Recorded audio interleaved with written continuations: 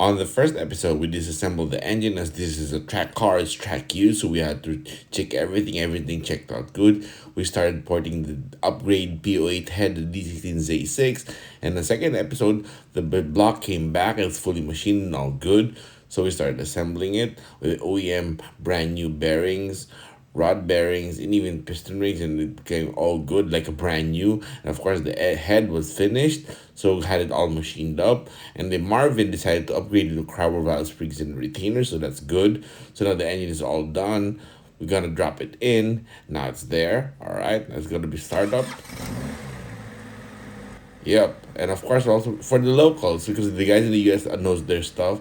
We're gonna talk about this build that we did, even the price, cost, and everything. Even this B16A that had an IDR cam, it's not CTR, but made 186 wheel horsepower, and this VTI that weighed 151 wheel horsepower. So that's gonna be good. We're gonna talk about the budget and the cost there. So yep, let's go.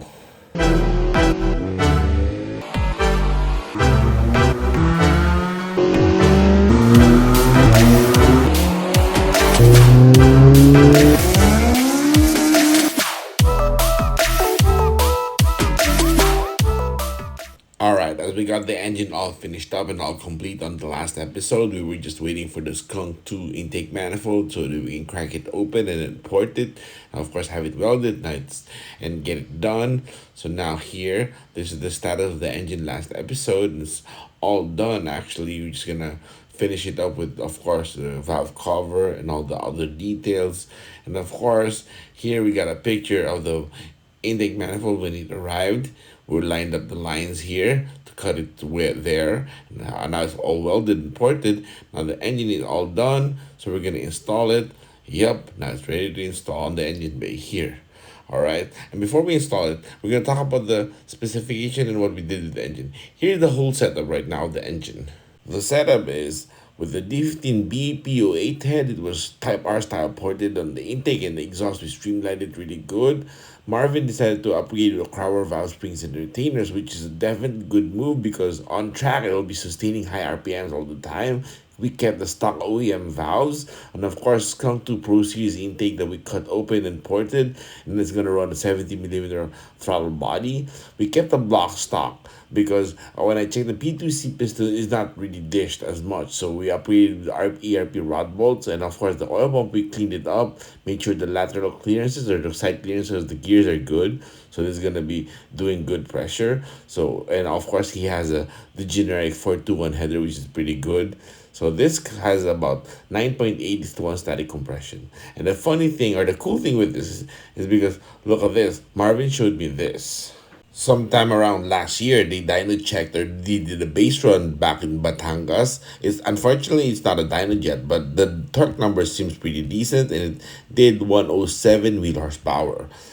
The cool thing now is when you think about it, that had a P2J head that's unported. So now he has a PO8, a better head, Skunk 2 intake manifold.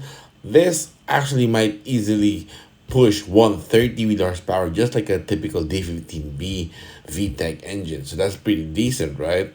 And of course, Marvin told me this is the times that he did. This is the group 6, 5, and 4, and he's in group 5. And he did say he can actually improve it to exceed group 5. So this looks like he's going to jump to group 4 and dabble with the faster cars. So this is going to be really, really cool, right? Yep. Oh yeah, and for the guys in the US, BRC is Batangas Racing Circuit and CIS is Clark International Speedway. It's the two racetracks that we have here. Alright, and as we prepare for the engine install, Marvin decided to upgrade to a 212 XUD organic clutch because it didn't have a 212mm clutch. Now it's here with the headers all wrapped up and good. Yep, that's all ready here. And of course, before we do the startup, if you're liking this video, hit the like button because this helps the algorithm, show that there's a lot of activity in the algorithm, or YouTube will spread it to a wider audience. It helps us really, really good. So thank you for that, all right? And if you haven't, subscribe. This way you get updated whenever we have new stuff on upload or online. This will all be good. This is gonna be fun because there's gonna be one whole community with all of us together, right? So yep, I'll wait for you guys, all right? Thank you. Okay, now here with the startup. Let's go with the startup now.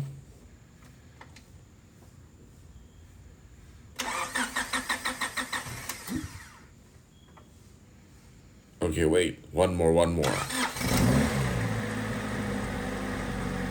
Oh yeah, yep, that runs really decent, right? Well, the first start, it was really one click, but they did run right away, right? Yeah. All the rattling sound is all the stuff down on the underside. We haven't really, fully enclosed everything, so it's gonna be a lot more quieter when it's all complete. So we're gonna keep this warming up. And here's my colleague like revving it a bit. It's still not yet fully warmed up, so we gotta leave it a bit. Get like keep it warm. We're gonna check for leaks later. If there's no leaks, it's gonna be all good. Yep, this is about ready to get tuned. It's gonna be all good because, as Alex on the page noticed, the distributor is twisted way too advanced. This is because the distributor is still a VTEC, so it's still kind of cross-eyed. So we're gonna have it. We're gonna get the ECU tuning done, so we get all the ignition all correct. This is gonna be running good. Unfortunately, I busted my laptop. That's full disclosure here. So I gotta get a new one, and then we could continue tuning this. This is why we haven't really tuned this on this video. I was planning to get it all done so that on the video it's all good and we can drive it around. But after tuning, we're gonna have Marvin get the car so we can have it, can test it around, have fun with it because before we started the rebuild, Marvin did say his next race is April 21. And I said we're going to make that time and we have enough time. And look, we finished it way before the deadline, right? And my reason now is that if he plans to have this dyno tuned by us, I would suggest he can race this on April 21 because we're going to tune it good enough for racing. And then, of course, it's going to have improvements because the engine is a lot better now, right? And after that, when he dynos, we're gonna get even more improvements. This way, we will see an even incremental improvement one by one, or every step. That's gonna be good, and that's gonna give us a more chance or more room to improve even better. And like when we got this China copy Skunk 2 intake manifold, we cut it open. We actually documented everything because actually I came up with the idea that I'm gonna make a video on what it takes to make the Skunk 2 China replica or the copy, on what it takes to make it to make it better or decent, and how different it is when you're starting with the original genuine Skunk 2. Which one is better, or what's the limit of the China copy versus the limit of the original one, even when you don't port it, and of course the improved limit after porting it, because my car has the original genuine Skunk 2 intake manifold. All right. And okay, now as I mentioned earlier in the video, we'll talk about the costing of this project. Actually, Marvin spent about maybe around between 52 to 54,000 pesos, not more. The only thing that he spent extra is on the ARP rod bolts and the Skunk 2 intake manifold. That's it. Everything else we covered it, and all went in within 54,000 for the rebuild, machining, everything, including the SuperTech valve seal and all that other good stuff.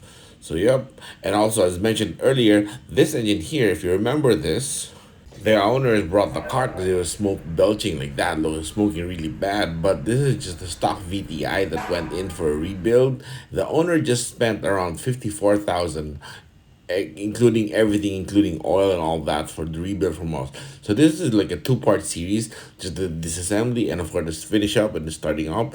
We'll have the link in the description below. And of course this one, the B16A OEM build. The only thing that the owner spent extra on is the CTR pistons, but this totaled to 64,000 because he had the head ported and the manifold intake manifold ported. But that's it. This made 186 wheel horsepower on ITR cams alone.